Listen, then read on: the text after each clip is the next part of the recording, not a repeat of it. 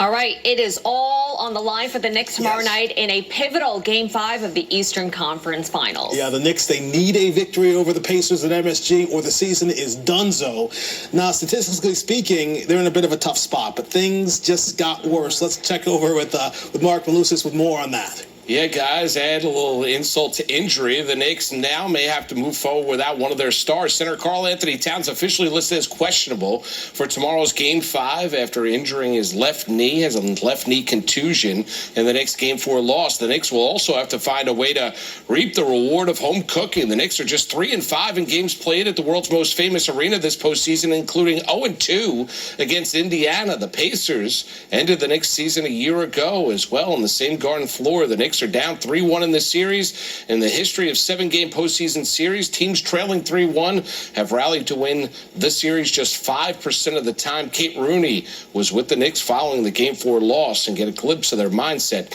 heading into tomorrow night.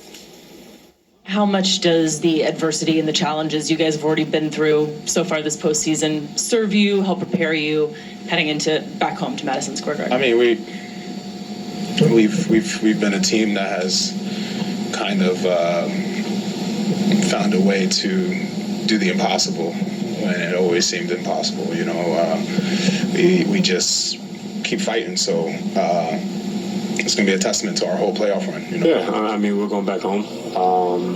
I never known this team to quit.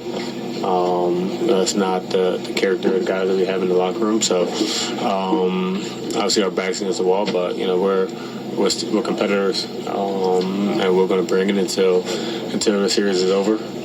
So obviously we're disappointed with the position that we're in right now, but you know we don't quit.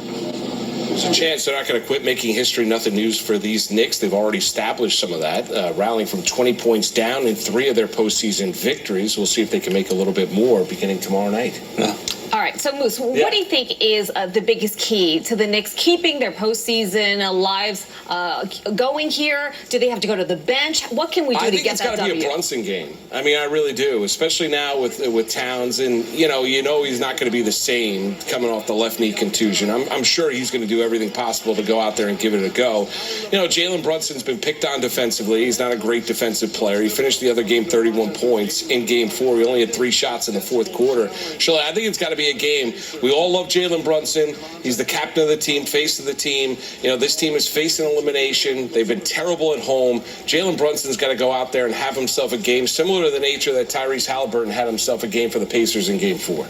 Yeah, you know, we have seen this team do things that many of us would have thought would be impossible, and they've done it again and again and again. So I'm keeping the faith, Mr. Malusis. I know G's keeping the faith. Oh, We're Mr. keeping G. the faith. All fingers crossed. Yeah. We want them to surprise us. That's it. You know, it can't be done.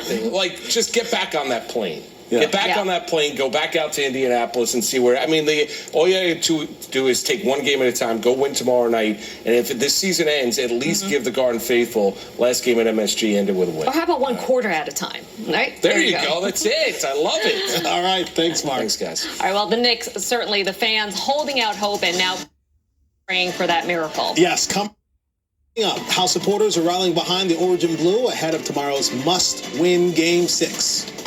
Drivers who run red lights get tickets, but e-bike riders get court dates. Why some worry that New York City's crackdown on cyclists is leaving them facing greater consequences than drivers. Plus, new surveillance video shows the moment a car goes airborne and slams into a roof for the second time since February. But first, it's G with your school day forecast. All right, guys, and the big story for us is going to be the kids heading out to school. Scattered showers should end around here. Figure 7, 8 a.m. could linger in spots west and east of the city. Briefly, and north of the city, the storm is pulling away. Off to school they go. 59 degrees, a couple of scattered showers. When they come home, clouds may even brighten up a little bit. 69 degrees. What about this big warm-up? We're going to check that the weekend. All that later on.